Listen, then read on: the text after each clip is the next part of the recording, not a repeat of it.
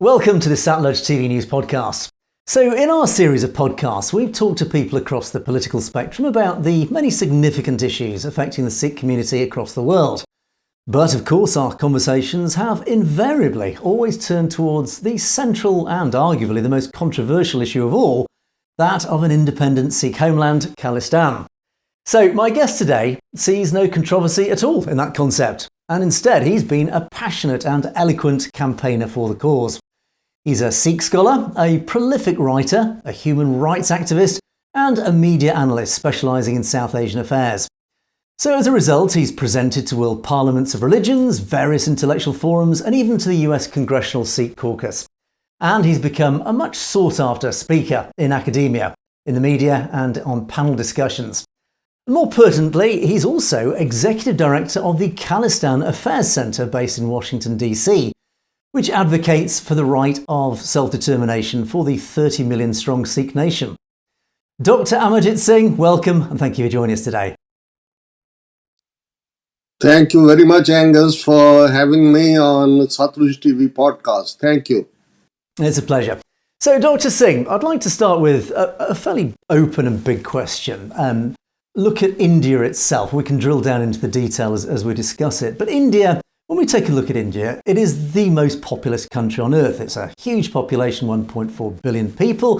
It's a huge market of great interest to most of the nations on earth. It's fast becoming a commercial powerhouse. It's even successfully landed a probe on the moon. All well and good. It's, on paper, the next generation superpower. But something is going wrong with India. What is going wrong with India?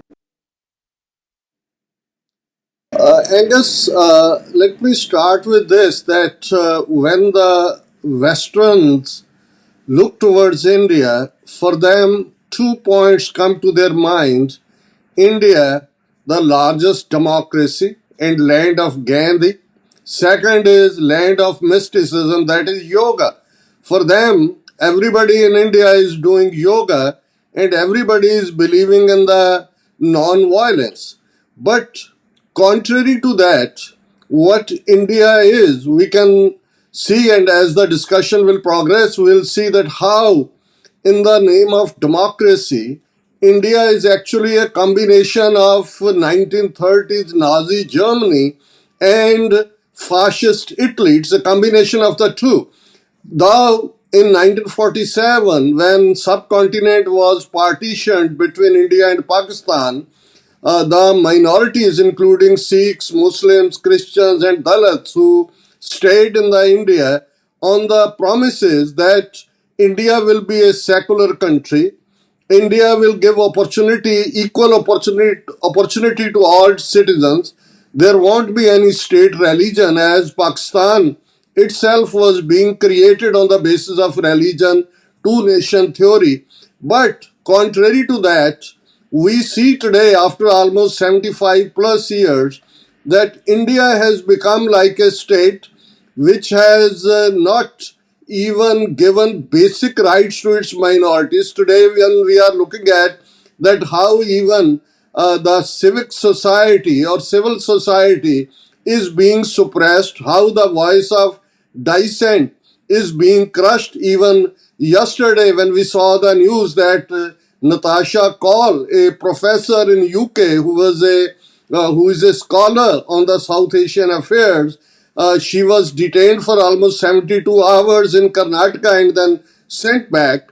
We are seeing in the last 2-3 years licenses of over 17,000 NGOs which were working there to help the poor in the health sector, in the education sector, and even providing food to the poor.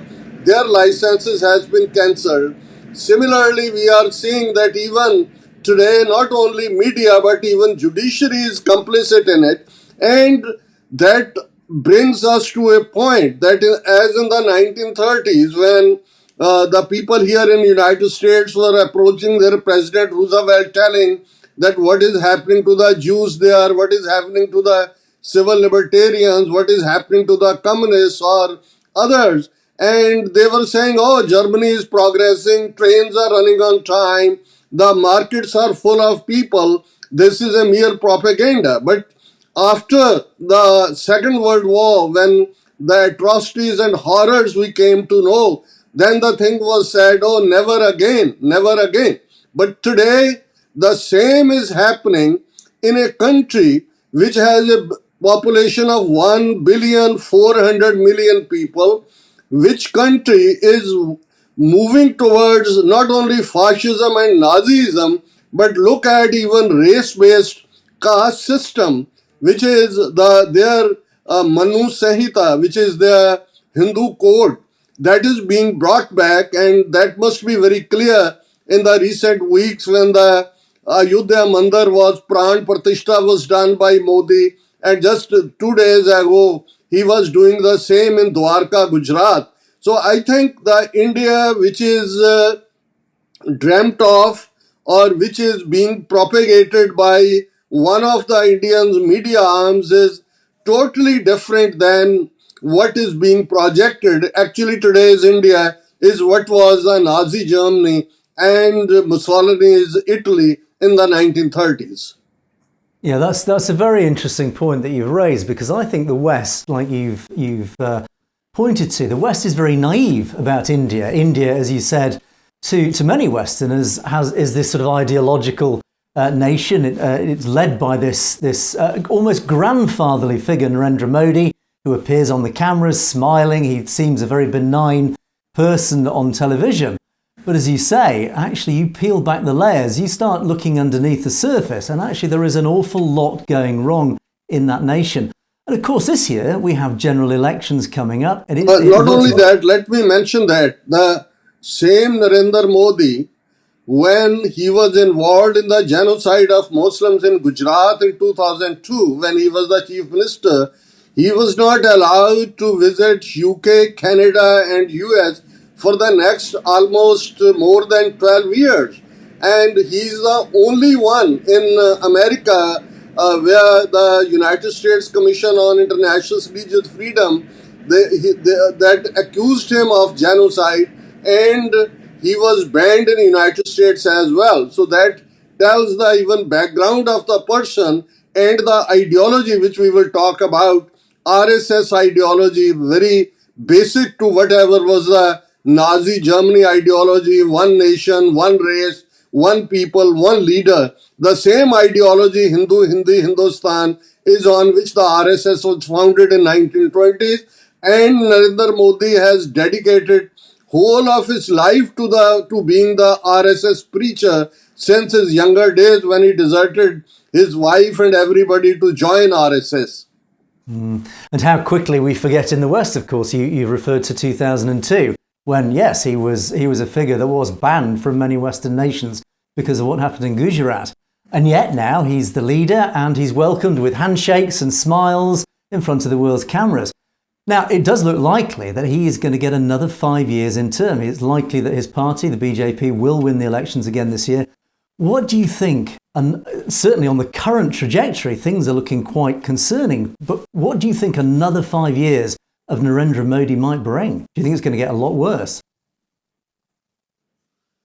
I think, as I said earlier, that we in the West particularly, we are very naive when it comes to the issues pertaining to Asia in general and South Asia in particular.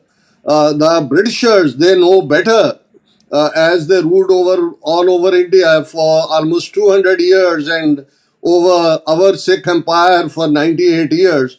But Americans are very naive on that. That is why when they tell Modi or India as a strategic partner, and at one time they were even drumming this, that, oh, India and United States have the same value system and the same strategic interests. But now they are not saying the same value system. Now they are just mentioning the strategic interests, keeping China in mind. So I can see a horror coming if Narendra Modi, not only as when we look at Narendra Modi, we should not forget that Narendra Modi is an individual. He has been popped up, and there are many in line to Narendra Modi. Even if he don't exist, still this Hindutva ideology of RSS, with their headquarters in Nagpur, who have already prepared Amit Shah for that. Next in line is Adityanath Yogi, UP Chief Minister, who is today called Mr. Bulldozer Baba, as he is bulldozing Muslim homes, shops, businesses, and everything. So I think if Modi comes back, or I mean BJP comes back to power, Modi or no Modi, so it will be worse than what we are talking about, the Holocaust under Nazi Germany and all. And already the people who are keeping an eye on genocide, where they describe the 10 steps of genocide, they have already mentioned that India is on the verge of committing that genocide against Muslims, Christians. What is happening in Manipur for almost more than an year, in the name of Kuki and Mighty tribe, how they have destroyed 400 churches, and what is happening there the rest of the world is not knowing. Similarly, what now is happening to the farmers on the borders of Punjab and Haryana, Shambhu border and Kanori border, and even to win 2024 elections, I don't rule out they can target another genocide of Muslims or Sikhs, or target Christians, or some else issue, like as when we look at the 2019 elections, before the survey was telling that Modi is trailing behind, BJP may not come into power. And that is when what they did in Pulwama, and it's not me, even the ex-governor of Jammu and Kashmir, Satyapal Malik, who was their nominee as a governor to Jammu and Kashmir, he has mentioned that how when Pulwama happened, he called Modi, he called Amit Shah to tell that why you didn't provide 5 planes to ferry those soldiers from Jammu to Srinagar. And he said, they told me, Satpal, keep silent. You don't know what is our ultimate target. And how they used that Pulwama incident to win the elections. BJP got over 300 seats in the parliament. I am looking at that even before 2024 victory, even they can commit a bigger genocide of any one of the minorities, even to win that election, if they find that other issues, Ram Temple or G20 leadership or all other propaganda is not effective, then they won't hesitate to even commit a genocide to get the majority Hindu votes in the vote bank. And you've referred to 1930s Germany, which I think is an interesting parallel, because of course in 1930s Germany there were warning signs that became so loud they were hard to ignore. And in India, for example, we have several high-profile individuals, by example Amarjit Singh is a prime example of this, who have stood up to the BJP, and they've stood up for their rights, they've stood up for their principles, and they found themselves being branded as terrorists under some very questionable legislation. And Human Rights Watch, Amnesty International, all the organisations around the world have raised red flags about a lot of these pieces of legislation, saying that these do not belong in a democracy. And people like Amarjit Singh, Jagtar Singh Johal is another name, obviously very relevant to us here in the UK. He's a UK citizen, find themselves locked up in an Indian jail, still awaiting trial. They're charged under terrorism laws, but they're still awaiting trial. And it just goes on indefinitely for these individuals. So the warning signs are there. So do you think, with another 5 years of Narendra Modi, of course the prevailing opinion is it's RSS driven. And they, I assume, are looking to build this, I guess what they call this Hindu Rashtra. Is there an argument then that you could say, okay, you have your Hindu Rashtra, but all the other parts of India that do not want to be part of your Hindu Rashtra, why not let them have self-determination, give them the opportunity to say, yes, we would like to be with you, or no, we would not like to be with you. And of course, I'm looking there at the potential breakup of India. Do you think that is do you think that's a reasonable path, strategic path to take? I think firstly, let me mention again that what, as a Sikh activist for the last 4 decades, I have observed about the Western countries' policy towards India, even knowing that India, which was a Soviet satellite country, and if you may look at the UN General Assembly or UN Security Council record, they have voted more times against United States and Western countries than USSR itself. India was supporter of when Soviet Union occupied Hungary, Czechoslovakia. India supported the USSR when it occupied Afghanistan.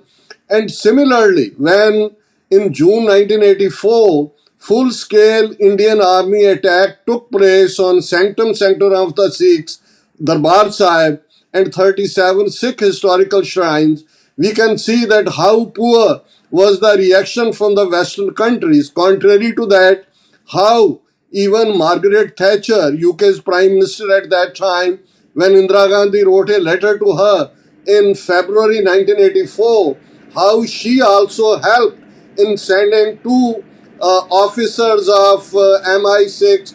What they did there, we don't know, as we are hoping that with a new change in UK, if the Labour Party comes back and they have already promised to establish a truth commission or full-scale investigation, then we will know to what extent the UK helped India in that. So in that background, and even I have no doubt though many Sikhs even would like to talk about it, the Air India disaster, which is the Kanishka bombing, I have no doubt that today world is talking about transnational repression. Even in the United States, for the first time, there are two bills, one in front of Senate and other in front of Congress.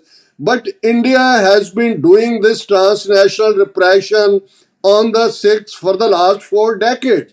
Air India disaster or that bombing was also their handiwork, and that has been brought out beautifully by two distinguished journalists of Toronto Star and Globe and Mail who wrote a book, The Soft Target.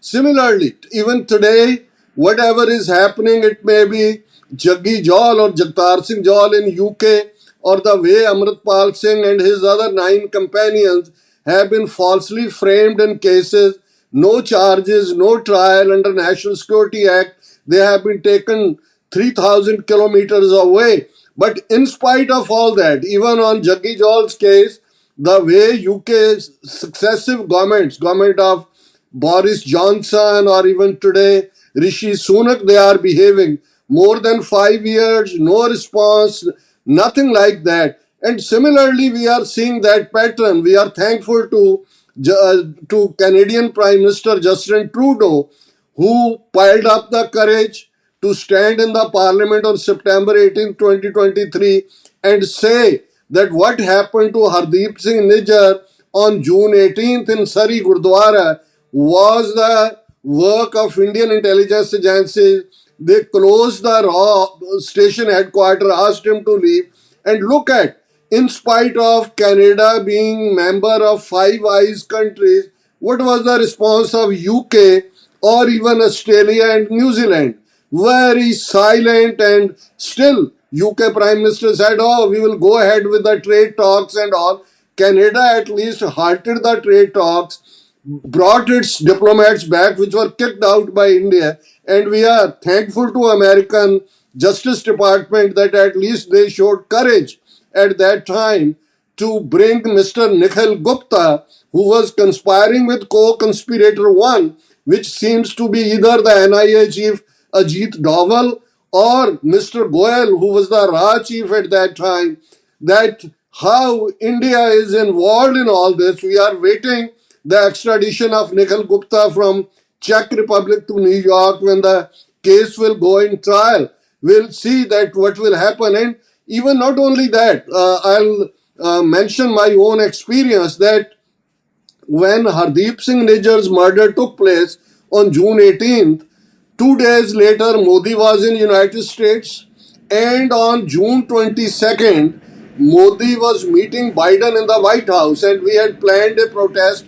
I addressed the protesters, and we were driving back when I got a call from the station director of FBI, and he said, your life is in danger, don't move, don't travel, as I was to fly to Surrey to attend the last rites of Hardeep Singh Nijjar. And later on, we found out that such threats have been given to at least 12 Sikh activists in the United States. So, in this situation, if and India is doing in America or Canada what it has done, what even during the Cold War era, Russian KGB has not dared to do. They have done that in UK to their dissidents and others, but there is not a single case in America or Canada where they might have targeted any American target. So I think in all this context, if the Western countries in general or their policymakers, opinion makers, decision makers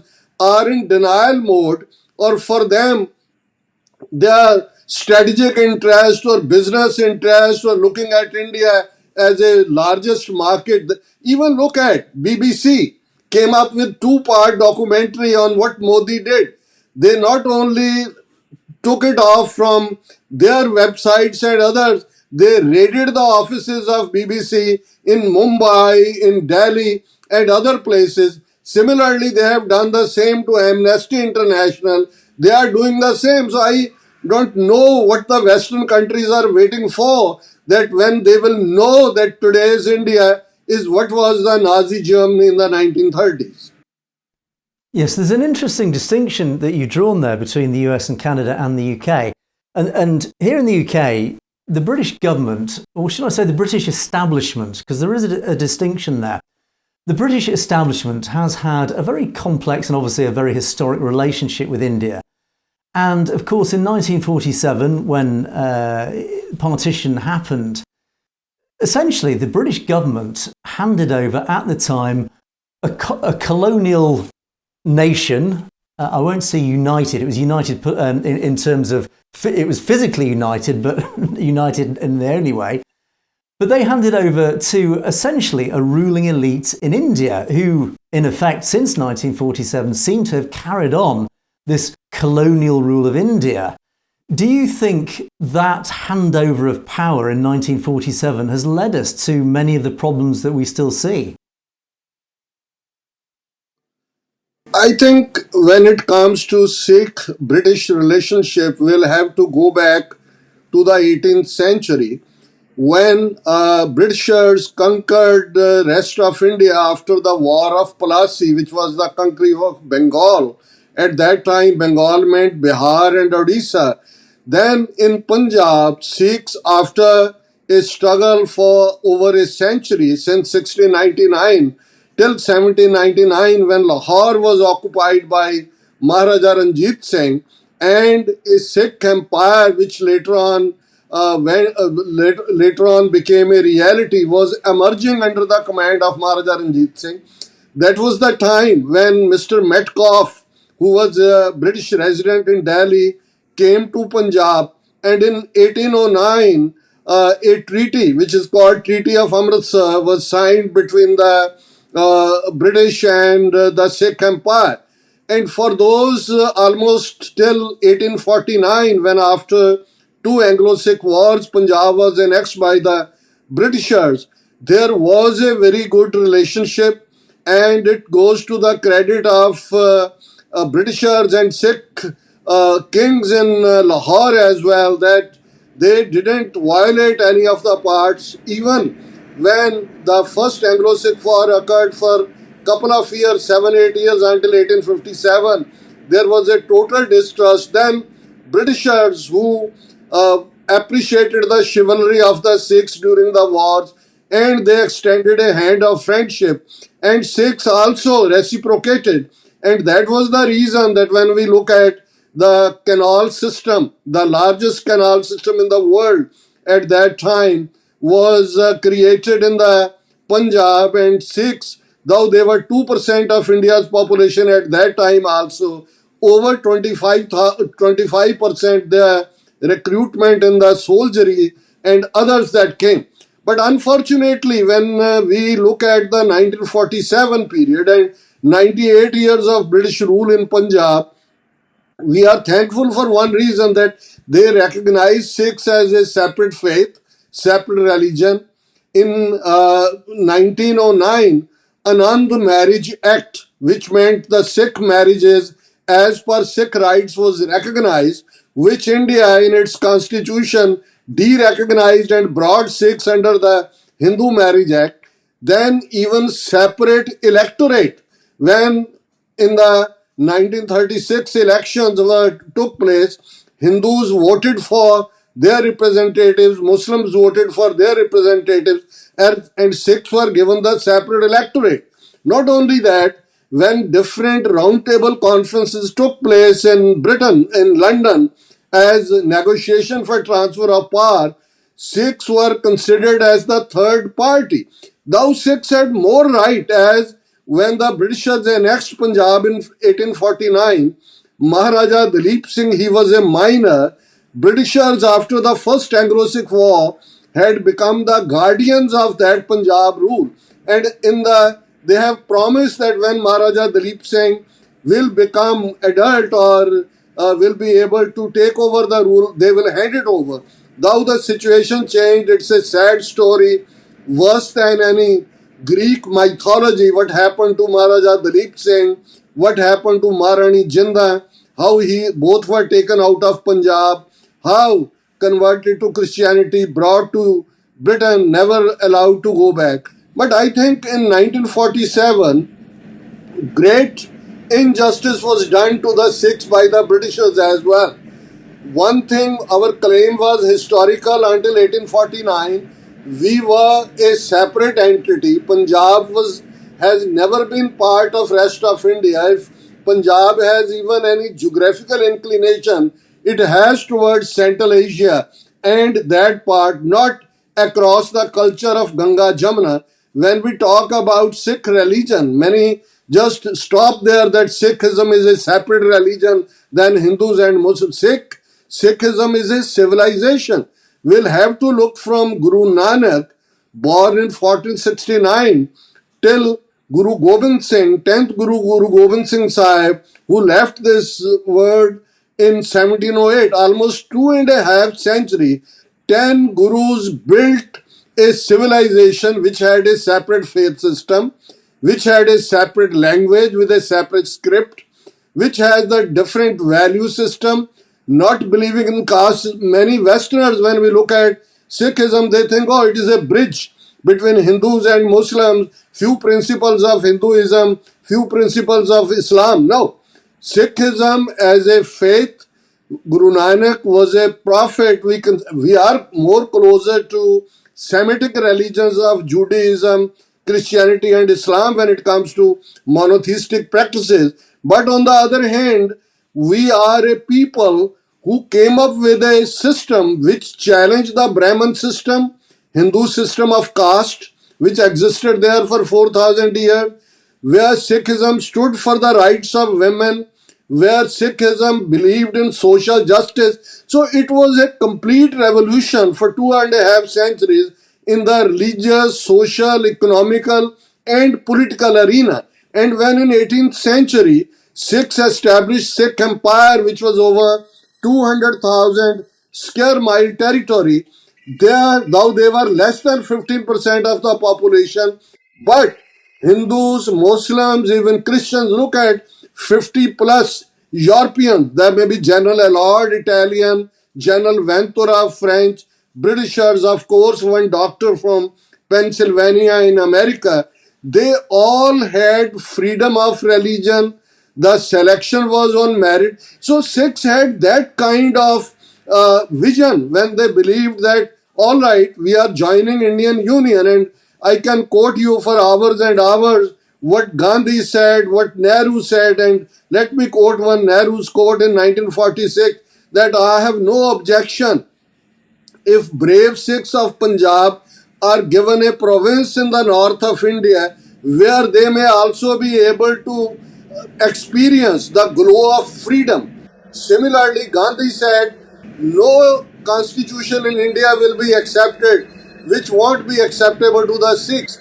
But what happened? Look at when in the Constituent Assembly, let me go beyond now 1947, what happened between 1947 and 1950 when in the Constituent Assembly, Indian Constitution was being discussed and there were two Sikh representatives in Constituent Assembly, Bhupinder Singh Maan and Hukam Singh.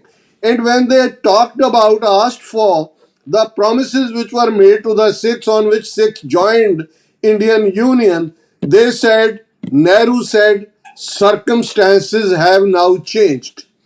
Patel, the Home Minister of India at that time, said, Sikhs have missed the bus. So, as a matter of fact, though we were caught in the Indian map, two Sikh representatives in Constituent Assembly, they stood up, they said, this is betrayal of the Sikhs, this is betrayal of the promises made to the Sikhs, we reject this constitution. So, de facto, we may have been captured in the Indian map, but de juris, we never signed the draft of Indian Constitution, and that is the reason when on January 26, 1950, India was celebrating its Republic Day. Sikhs were having black turbans and black dupattas and black flags in front of their homes and celebrating it as a black day. So from 1947 till June 84, for 37 years. It's a long story how we have to struggle to even get our Punjabi language recognized. They said, oh, ये तो गंवारों की भाषा है, language of the illiterate, language of the rustic ruralite. So this has no grammar, this has nothing. What the other states in India, it may be Tamil, it may be Telugu, it may be Kannada, it may be Malayalam or Gujarati, Marathi. They got their right for their language. The whole India was reorganized based on their languages. When it came to Punjab, it was November 1st, 1966. Almost 16 years of struggle when they agreed to create a province in the name of Punjabi language. But look at what they did. Already in 1947, 62% of the territory of Punjab went to Pakistan. Whatever 38% was left, in 1966 they further divided into four parts: Punjab, Haryana, Himachal and Chandigarh. Today the little bit of Punjab, 50,350 square mile territory, they took away the capital of Punjab, they took away our only natural resource, water. When we say Punjab, Ab is a Persian word which means water. Land of 5 rivers, and even Satluj TV is on one of the rivers as Satluj, Byas, Ravi, Chenab, Jhelum. These are 5 rivers of Punjab. But look at, if Punjab is producing 16.5 Punjab rivers, 3 Punjab rivers then there was a confrontation with India on the India and Pakistan on water issue. America jumped in, World Bank jumped in, then Indus Water Treaty was signed between India and Pakistan in 1960 when Jawaharlal Nehru, India's Prime Minister, flew to Karachi, which used to be the capital of Pakistan at that time. Islamabad became later a capital as they built a new city. And under that agreement, 3 rivers, Indus, Chenab and Jhelum's upper and lower riparian rights were given to Pakistan, where Satluj, Byas and Ravi, these 3 rivers, absolute upper and lower riparian rights were given to East Punjab. And how they looted our water, for a common viewer to understand that roughly, and this is the calculation which happened 20 years ago, now even water has receded in these rivers as well. Even look at today's picture. If 16.5 million acre feet water was in 3 rivers, 8.5 million acre feet was given to Rajasthan, a Hindu state, which is not a riparian state. None of these 3 rivers touches that, and free of cost. Whatever was left out of that, 3.5 million acre feet was given to Haryana, which is again not riparian to these 3. Now Haryana was part of Punjab until 1966, but Haryana has a river, Jamna River. Its whole water, Haryana claims they are not giving any share from Yamuna to our side of the Punjab.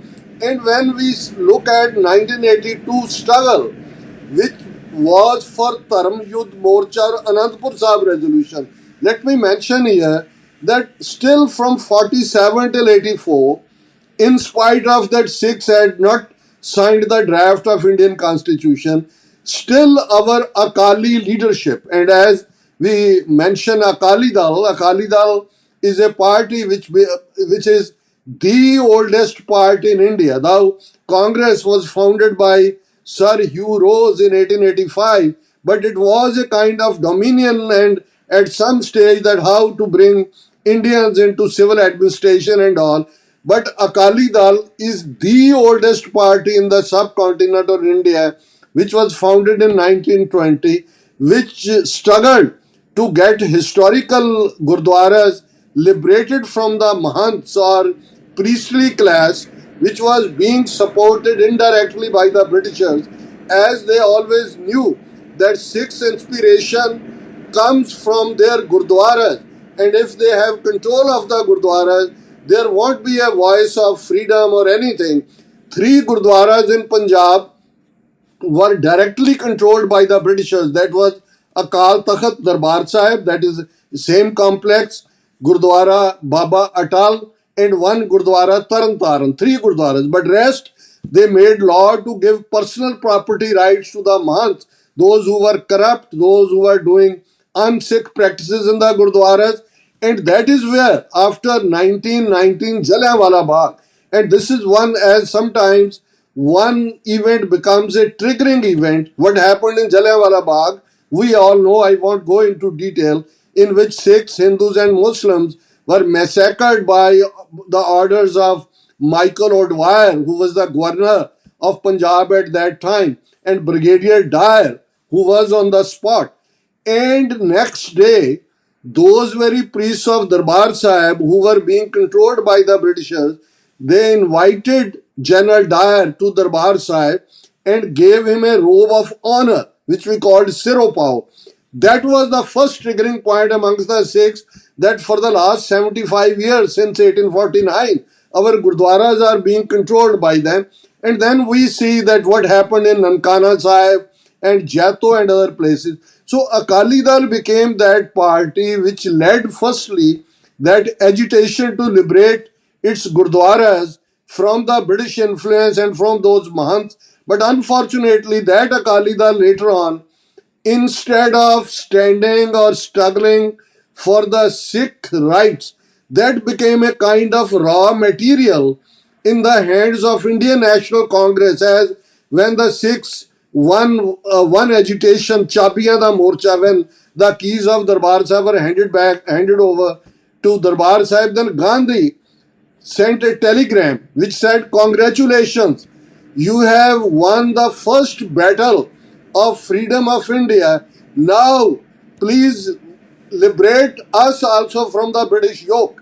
And our part, when we look at the failings of this traditional party, was instead of working towards the interests of the Sikhs, as Mr. Jinnah, who was a very secular man, Mr. Jinnah, he was the father of Lucknow Pact between Congress and Muslim League.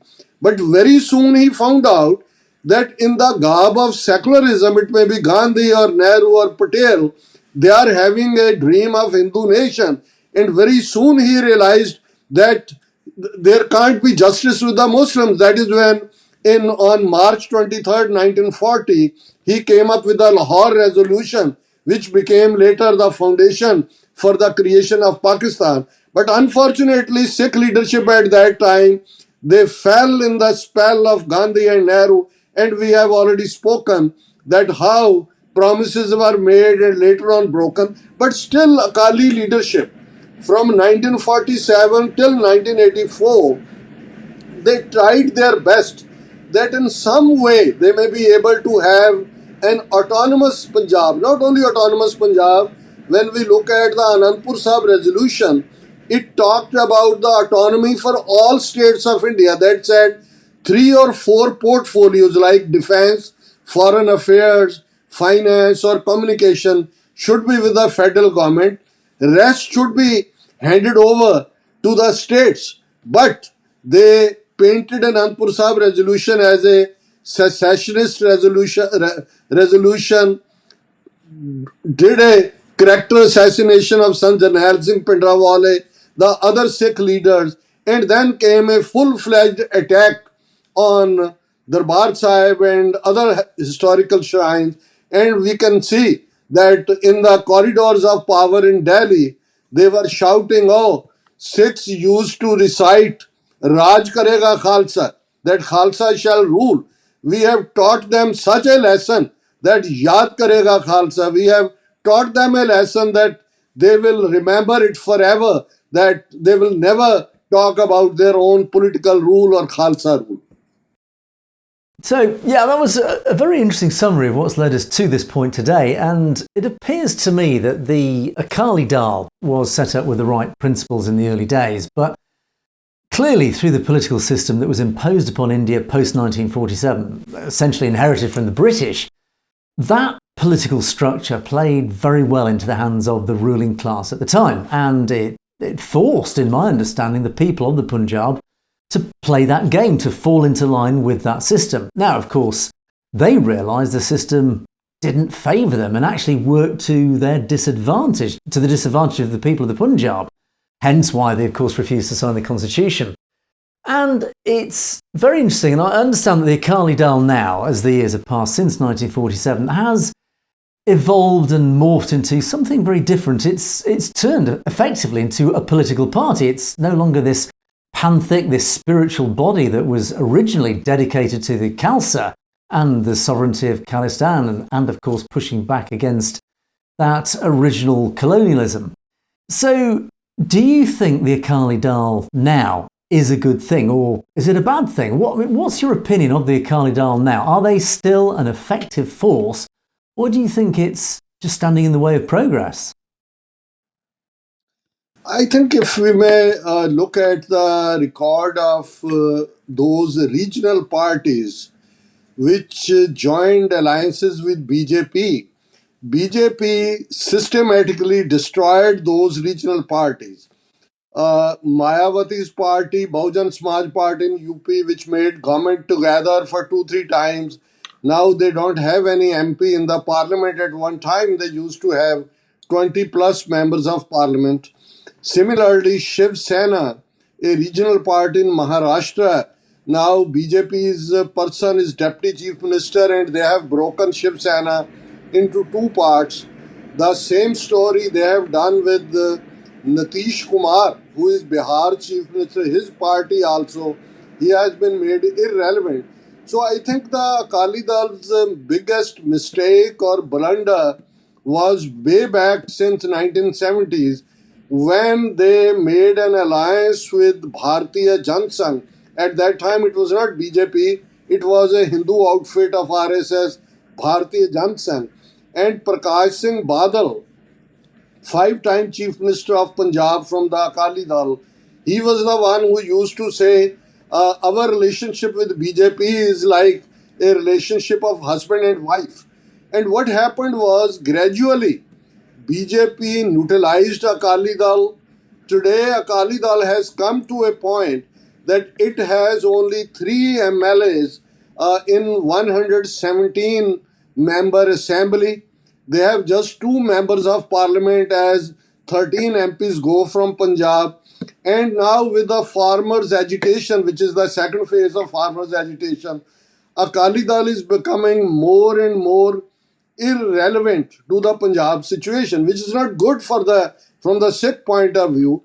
We always think, and unfortunately, Akali Dal, which was the party of the peasants, workers, commoners, eventually it was taken over by the feudals like Badals and others, and they made it into their fiefdom, with the result that the ground level workers started breaking away from that.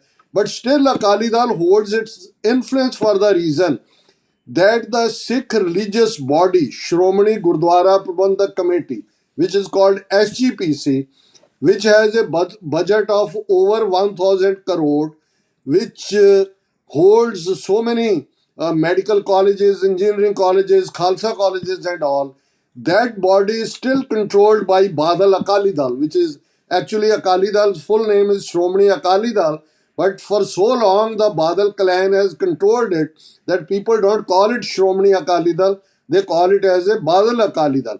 So as long as that SGPs and its elections as SGPC Act or Gurdwara Act was made by Britishers in 1925.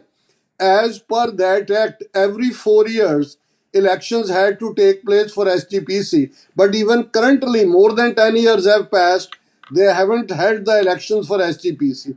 So as long as Badal Dal controls SGPC, though in the political arena its numbers have dwindled, still it is relevant, and we hope that in the coming days, coming months, these Badals will be thrown out, and Akali Dal, which has a legacy of struggle, Akali Dal led Sikhs in these 100 years through different agitations, it will be revived. It's not in our interest that Akali Dal should be finished fully.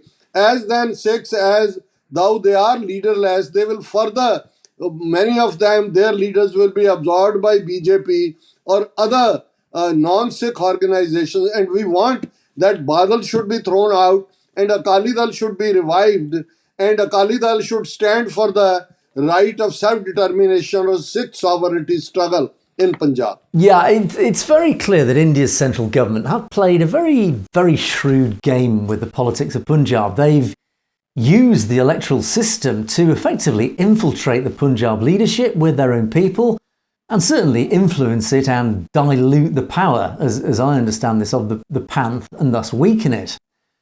But it all comes back to human nature, and this isn't exclusive to India. It's actually across the world. It's in the UK, it's in the US, it's in every nation.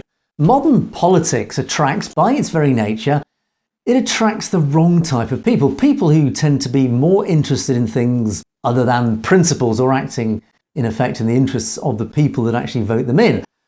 They are attracted to the power, the money, and it takes away from... That is why we are having third-rate leadership on the global stage as well. Absolutely, because it's disenfranchising the people. The people are losing their voices because the wrong type of people now are becoming the representatives. And eventually, in the end, they don't represent the people that have voted them in. And I sense that that is part of the problem. And India is obviously using its own powers. And when I say India, I of course mean Delhi, is using its own power to control that agenda in Punjab and therefore disenfranchise the grassroots, the people on the ground, which means that they have lost their voice. They're unable to push their agenda. And of course, their agenda is probably, we assume, an independent state. They want that self-determination, which then of course leads us on to the discussion about self-determination and the case for Khalistan. But in my mind, there is a very clear case for an independent state. And one thing that I think is often forgotten in this discussion is that it's not the establishment of an independent Sikh state. It's the re-establishment, as you yourself have referred to earlier. So, in your mind, you are convinced without any doubt that there is a current case for the re-establishment of Khalistan. I think, as I said earlier, when it comes to standing for the rights and fighting for justice, there is no match to the Sikh psyche, our stronger nerves. In the past 4 centuries, we fought against 4 powerful regimes for our rights. It was the Mughal Empire. Mughal Empire was not a smaller one. At that time, 22% of the whole world trade was controlled by the Mughals. And when the Sikhs stood against them, nobody could have believed that this small community will one day uproot this Mughal Empire from the face of the earth. Similarly, look at when Afghanistan tried to make Punjab and Kashmir as their own provinces. When Ahmad Shah Abdali, he invaded India 17 times, and Sikhs stood up against him.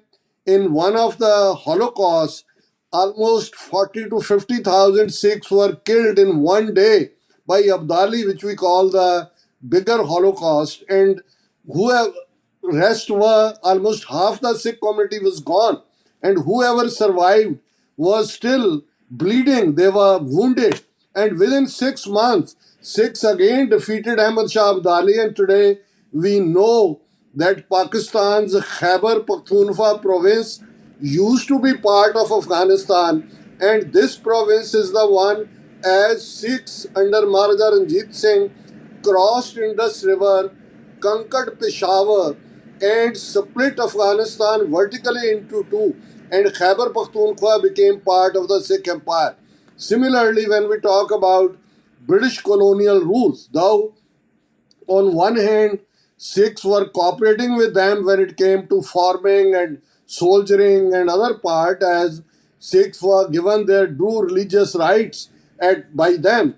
But at the same time, when Jallianwala Bagh happened, and even before that, when we look at the freedom struggle in India, Sikhs are the one who contributed more than any other province or any other community in India for liberating India. Though it's a different story that post Second World War there was so much debt and all, they couldn't hold colonies, and until next 10-15 years, over 60 countries became independent. And now even look at India. Though in 1947 we joined India on the promises that no constitution in India will be accepted, which won't be acceptable to the Sikhs. Sikhs were targeted very brutally in June 84. Then for the next decade, until 1995, over 100,000 Sikh young men were wiped out of Punjab in fake staged encounters. The whole of Punjab was cut off from the rest of the world. A negative campaign against the Sikhs, clubbing them as terrorists and Atankawadi, Algavwadi, Ugrwadi, extreme Hindi words for terrorist. They were coined to malign Sikhs. But the courage of the Sikhs to stand against Delhi regime gave strength to the Kashmiris as well. In 1989, for the first time in Kashmir, armed struggle came, even in the northeast, even though it seems that Naga or Mizo or Manipuri struggles, they have been suppressed, but there is very wider discontent in that part of the world. Even amongst the 8 biggest states of India, which is called Red Corridor, Maoists, which are called urban Naxals or Naxalites and others, they are raising their head against the Delhi regime.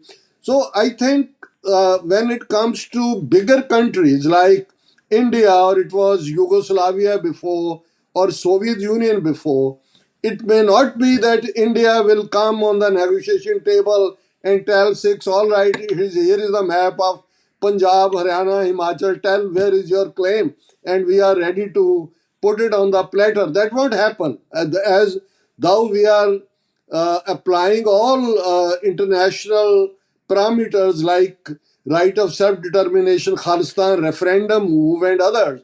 But in my own heart of hearts, I know that this is going to be a very bloody game. And ultimately, India will disintegrate the way, as when we look at Russian Tsars, Russian Empire, they conquered rest of the people, their civilizations and their territories in 100 years. And then they said, oh, this is USSR. But eventually, Russia is whatever was original Russia. Eventually, they had to let the others go. Similarly, Yugoslavia, now with Marshal Tito and all, he held that 6-7 states together: Serbia, Croatia, Bosnia, Herzegovina, Macedonia, Kosovo and others. We know they separated, and today there are 7-8 countries. So similarly, India has never been a country or a nation in history. It is false to say that India, great civilization, it is British administrative unit which took Britishers 200 years before they could connect northeast to Kashmir. They are the ones who developed a railway system, other means of communication. So even today there are 29 states of India, and amongst majority of those states nothing is in common. Neither language nor lifestyle nor their way of life or anything. Even look at even 5 southern states of India. There is one member parliament from Karnataka. He is a Congress member. In the last parliamentary session, as already last session has happened now, India will be going to elections in the coming weeks.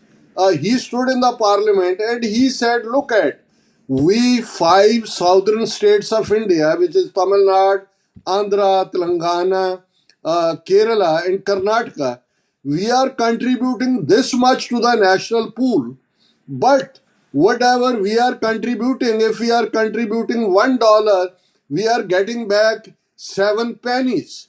On the other hand, the Hindu heartland where population is, they are breeding like rats. That may be UP, Madhya Pradesh, Rajasthan, and Uttarakhand, and all those states. He said that if this trend don't stops, then we won't be left with any choice other than to ask for a separate nation. Now, one MP saying this in parliament means a lot. Already there is resentment in the south of India that our earnings are being eaten away by the Hindu majority belt people. Similarly, in Jammu and Kashmir, now on August 5th, 2019, they took away Article 370, ended 35A, even they dissolved Jammu and Kashmir as a state, came up with 2 union territories, Ladakh and Jammu Kashmir.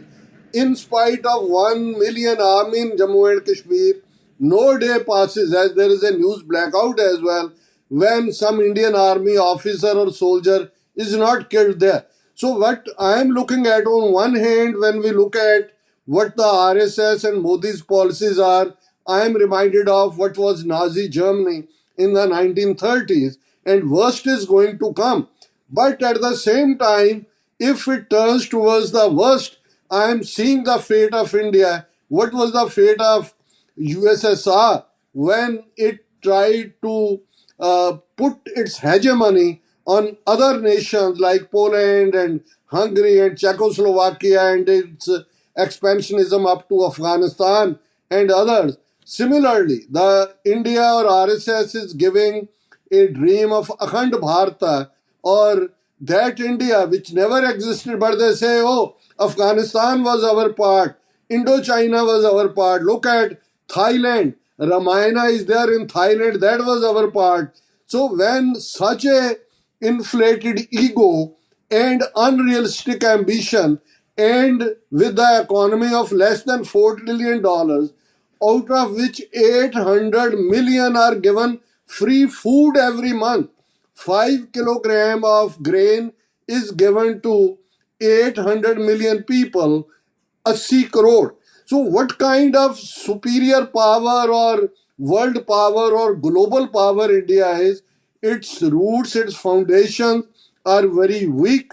And as even in this month's the publication, which is Foreign Affairs, one of the prominent historians of India, Ramchandar Guha, he wrote an article, India Feet of Clay, how Modi's supremacy will hinder his country's rise.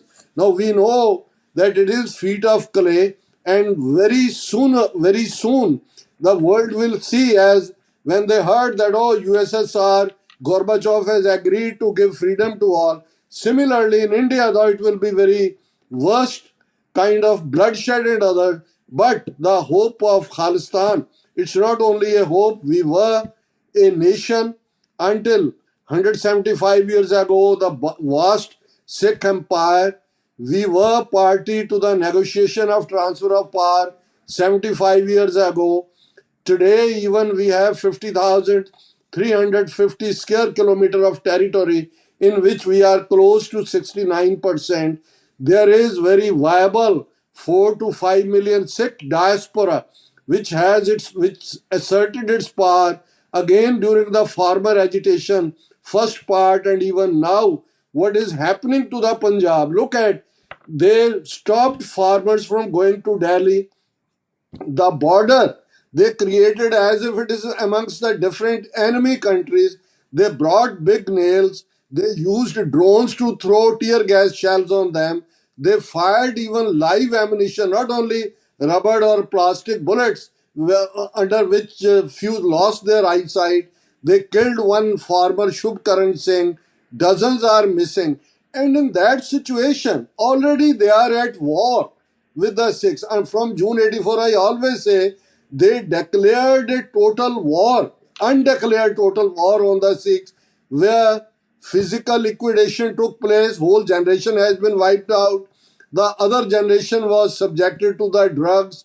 Then now they are creating such situations in Punjab, no big industry, our resources, water is being taken away. 300,000 to 500,000 Sikh young boys and girls are leaving Punjab every year for Australia, Canada, UK, and America in the name of higher education, as they have no future. And with the farmers, the way they are behaving, Sikhs, we are very proud people. We always take pride that we stood for the justice, we liberated others. If Sikh farmers today are compelled to do suicides, we can look at what kind of situation is there. So I think even those Sikhs, those couple of years ago, were thinking that let there be some kind of understanding with the Indian government, let there be, we may have some freedom. Even today they have been pushed to the point that other than creation of Khalistan, no problem of Sikhs can be solved in the map of India.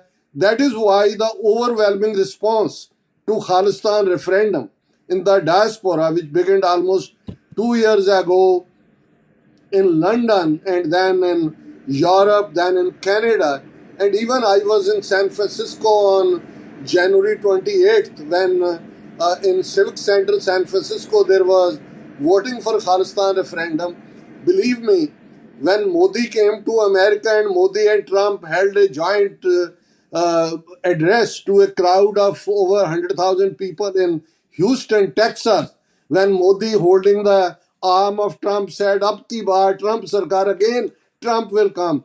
They had to bring so many planes, so much money was put by the Indian embassies and consulates to gather there 100,000 people. But in San Francisco, in spite of transnational repression, which has happened to Hardeep Singh Nijjar's cold-blooded murder in America, Gurpatwant Singh Pannu murder plot, threat all over, false accusations, over 100,000 Sikhs were there waiting for 6 hours to cast their vote. More than half could not. So that shows when as one quote by two great Sikh martyrs, by Harjinder Singh Jinda and by Sukhdev Singh Sukha, is, when the nations are awake, history shivers. When the people stand up for their rights, no matter how many odds are there, how many obstacles are there, how powerful the enemy is. And Sikhs have that history in Britain or in even UNESCO books until now used to be the story of Saragadi, when 21 Sikh soldiers stood against over 10,000 Afghan invaders in the fort of Saragadi. That is the Sikh spirit. We know that our cause of Khalistan is well within the ambit of UN Charter of Human Rights, well within the ambit of international law.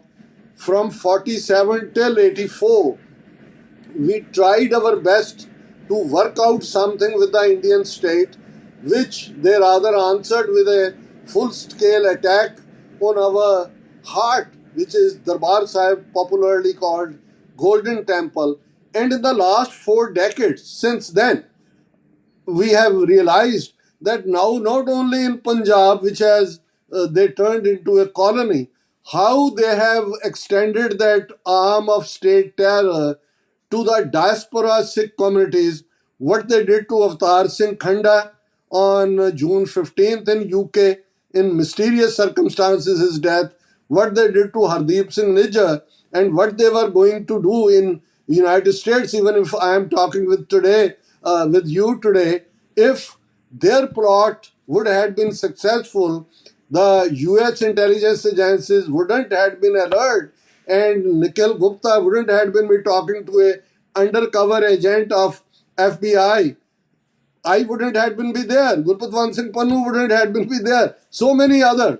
And if after that still anybody says, oh, Khalistan may be a theocratic state like Saudi Arabia or Iran, it may be, no, it's a time of free world, free market. We know that at this time, we are for independent sovereign nation of Khalistan. But tomorrow we look at that when other nationalities also, they break away from the hegemonic Soviet style Delhi regime, then we may have a kind of visa free business as is the model of European Union, though it has its lapses and weaknesses as well. But I think that is a subcontinent, that is not a country. There are different cultures, different people from northeast to Kashmir, and they are being kept by the Indian army, by the iron fist of the Delhi rulers under one map that is going to disintegrate, and very soon Khalistan is going to be a reality. And amongst, I'm today talking from New York, there is UN headquarters where there are flags of 193 sovereign nations. We are hoping very soon, maybe in the coming months, there may be 194th flag of Khalistan being hoisted along with the other flags as well. What a magnificent way to finish. Dr. Amarjit Singh, it's been a pleasure talking to you. Thank you very much indeed for joining us today. My pleasure. Thank you very much. All the best. And thank you. You've been watching the Satluj TV podcast. I'm Angus Scott in London.